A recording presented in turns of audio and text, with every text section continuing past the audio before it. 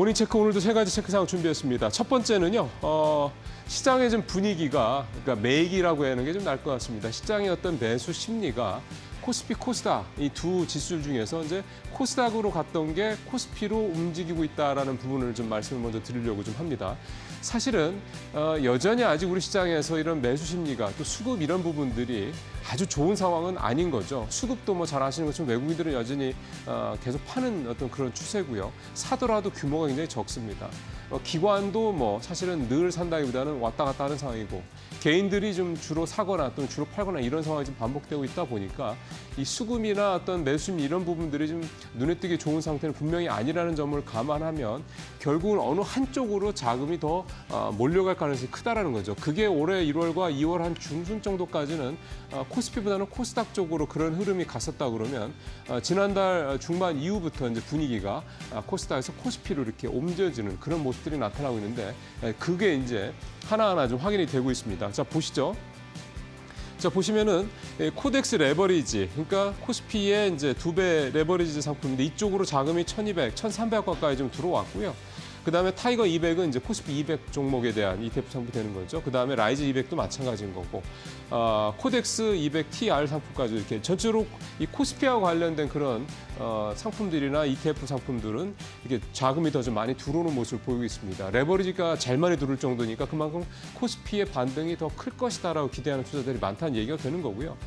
반면에 좀 왼쪽에 보시면은 아래쪽 막대 그래프로 나오는 코덱스 코스닥 150, 즉 코스닥 150 종목에 투자하는 이 ETF 상품 같은 경우는 자금이 1,000억이 넘게 빠져나갔죠. 그다음에 선물 레버리지 상품 같은 경우도 자금이 50억 가까이 좀 빠져나가는 그런 상황을 좀 보이고 있습니다.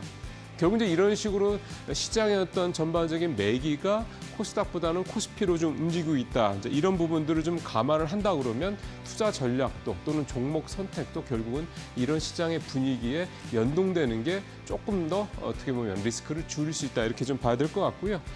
그다음에 미국 시장이 어쨌든 지금 뭐 조정 분위기가 여전히 있고 뭐 더 얼마나 더 빠질지 사실 아직은 알 수가 없습니다. 근데 반등을 하더라도 아주 뭐 드라마틱한 V자 반등을 할 거라고 보기에는 아직은 여러 가지로 좀 우려가 많죠. 그러다 보니까 뭐 장이 아주 뭐 다시 밑으로 4, 5% 또는 10% 이렇게 급락을 할 거라고 보는 그런 정도의 예상도 좀 많지는 않지만 올라갈 가능성이 낮다는 점들을 감안하면 결국은 이 코스피에 좀 밸류가 있는 종목들, 그러니까 저평가되어 있으면서 실적이 뒷받침된 이런 종목들, 그다음에 그동안에 낙폭이 좀 많이 떨어져 있었던 종목들, 이런 종목들 중심으로 종목을 선별하는 작업이 지금은 적절한 투자자이 되지 않겠냐, 이런 내용이 좀 되겠습니다. 자, 두 번째 체크사항으로는 삼성전자 얘기를 좀 해보도록 하겠는데요. 삼성전자가 사실 앞서 말씀드렸던 코스피 쪽으로 먼저 뭔가 매기가 좀 이렇게 움직이는 것 관련돼서 가장 어떻게 보면 대표적이고 상징적인 종목이라고 볼 수가 있겠습니다.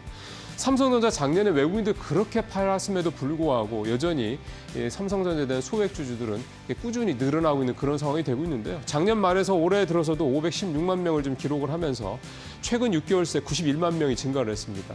이 최근 6개월이라는 게 작년 한 9월 정도로부터 봐야 되겠죠.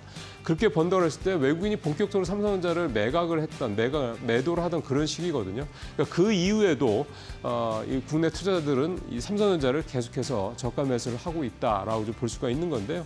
그러다 보니까 이제 지분율도 68%까지, 지금 삼성전자는 외국인 지분율이 30% 간당간당 하고 있는 상황인데 거의 대부분을 다 어떻게 보면 이제 그 소액 주주들이 좀 가지고 있다, 이렇게 좀 볼 수가 있겠습니다.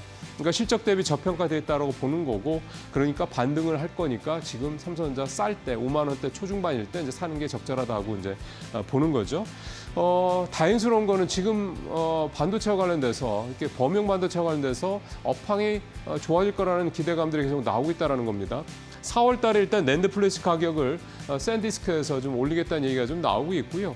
그다음에 2분기에 들어서는 메모리 가격도 좀 회복할 것이라는 전망이 나오고 있습니다. 뭐 이건 이제 중국의 어떤 그런 수요 증가 이런 부분들이 이제 감안이 된 거다라 얘기를 하고 있는 건데요.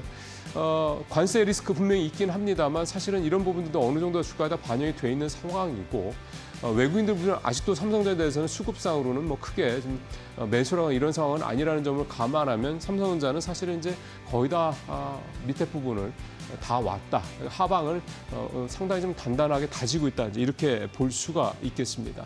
자, 다음 체크사항 가보도록 하겠습니다. 엔터주 얘기를 좀 해보도록 하겠는데요. 일단 왼쪽에 엔터주들 주가 어제 나온 것부터 보시죠. 어제 SM만 사실은 오르고 대부분 엔터주들이 좀 떨어졌습니다. YG엔터 뭐 약보합이었고 하이브 어제 0.8% 떨어졌고 YG 플러스 그다음에 CJ ENM, JYP도 어제 3.8%나 떨어졌습니다. JYP가 요즘에 되게 주가가 좀 부진합니다. 그러니까 어제도 떨어졌습니다만 그제는 더 급락을 하는 그런 모습들이 좀 나타났거든요. 그러니까 JYP 같은 경우도 먼저 말씀을 드려보면 3월 달에 15%가 좀 떨어졌는데 4분기 실적 예상치 밑돌았던 것들이 좀 반영이 되고 있는 겁니다. 그러니까 사실 작년 말이죠. 4분기 들어서 엔터주들이 급등을 했을 때 사실은 가장 선두주자로 치고 올라왔던 게 JYP 엔터였죠. 근데 실제로 4분기 실적을 열어보니까 뭐야. 생각했던 것처럼 실적이 좋지를 않네. 그러다 보니까 좀 작년에 가장 많이 올랐던 부분들을 좀 토해내는 부분이다. 이렇게 좀 볼 수가 있겠고요. 또 하나는 한한령에 대한 기대감 때문에 최근 엔터주들이 올 들어서는 또 많이 오르지 않았습니까?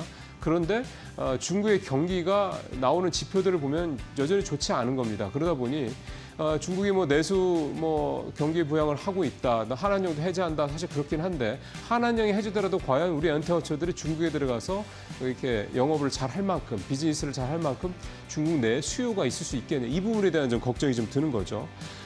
다만 이제 이 엔터주도 같은 경우는 한한령 해제를 별개로 한한령 해제와 관련된 내용이 나오기 전부터도 이제 글로벌 어떤 우리 주요 IP들 블랙 핑크라든가 뭐 BTS 완성차라든가 이런 어떤 주요 IP들이 다시 좀 복귀를 하고 새로운 신인들도 좀 계속해서 나오고 있는 점들을 감안하고 작년에 워낙에 안 좋았던 점들을 감안했을 때 올해부터 작년 말을 기점으로 해서 올해부터는 굉장히 좀 반등할 이런 기대감도 있었던 게 있기 때문에 한한령 해제에 대한 기대감 이런 것보다도 일단 좀 더 국내 엔터사들의 글로벌 어떤 가치에 대한 쪽에 좀 더 방점을 두고 보시는 것도 과하지는 않을 거라는 생각이 좀 듭니다. 오늘 모닝체크 여기서 마치겠습니다.